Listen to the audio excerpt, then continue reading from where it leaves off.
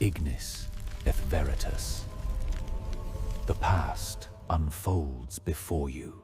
Across the vast expanse of time, echoes of forgotten edicts whisper from the annals of human experience. Civilizations rise and fall, empires crumble into dust, yet the threads of power, the currents of memory, and the weight of silence endure. Within these shadows lie the stories untold, the mandates forbidden, and the moments that shaped our shared journey. We often look at Rome as a monolith of marble and glory, but beneath the grandeur was a complex web of restrictions that governed the very soul of its citizens.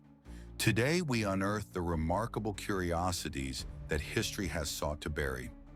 Join us as we explore the 8 most interesting prohibitions of ancient Rome. Status in Rome was not merely a matter of wealth, it was a matter of color. To wear the purpura was to claim a connection to the divine. This dye, extracted from the hypobranchial gland of the murex sea snail, was more valuable than its weight in gold. By the time of the late Empire, the prohibition became absolute. The color was restricted to the emperor's robes and the borders of a senator's toga. To drape oneself in a full purple garment was seen as an act of lèse-majesté, a direct insult to the emperor's supreme authority. Imagine a society where your very clothing could be interpreted as an attempt to seize the throne.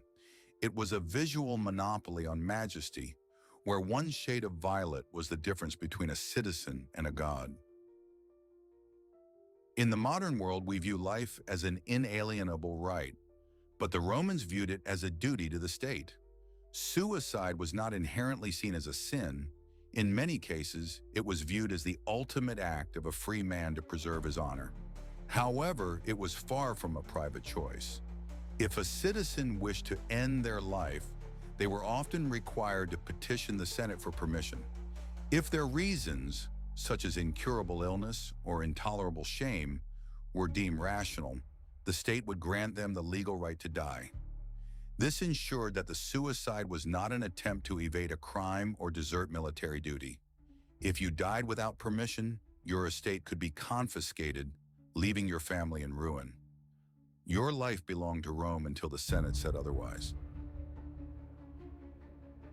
In the Roman pursuit of dignitas, or dignity, even the most profound human sorrow was subject to the law. Early Roman funerals were grand, theatrical affairs. Wealthy families would hire praefici, professional female mourners, who would wail, tear their hair, and scratch their cheeks until they bled to demonstrate the importance of the deceased. But the Roman Senate saw this as a threat to public order and a mockery of true stoicism. Under the law of the 12 tables, excessive wailing and self-mutilation by women were strictly forbidden. They believed that grief should be a private, controlled emotion, not a public performance. In Rome, even in death, you were expected to maintain the mask of the Republic. Adoption in Rome was a political weapon of unparalleled power.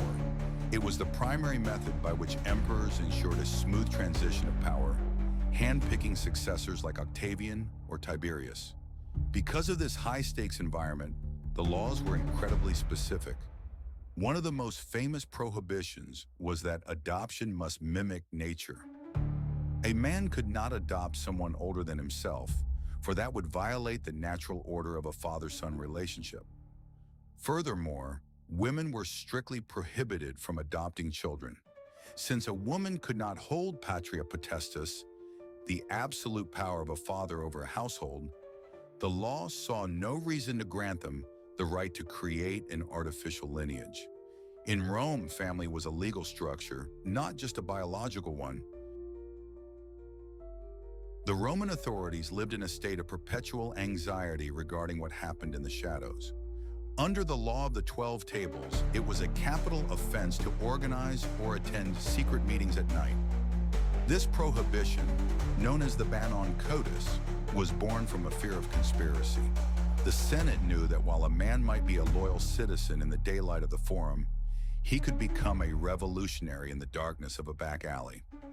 This law was used to crush political rivals, religious cults, and even early Christian gatherings. In a city of millions, the state recognized that the most dangerous weapon was a group of people speaking in whispers, where the light of the Republic could not reach them. For much of Rome's early history, the domestic hearth was a place of strict sobriety for women. The consumption of wine by a Roman matron was a crime comparable to adultery. It was believed that wine led to libido and insania, stripping a woman of her virtue and her role as the moral anchor of the family.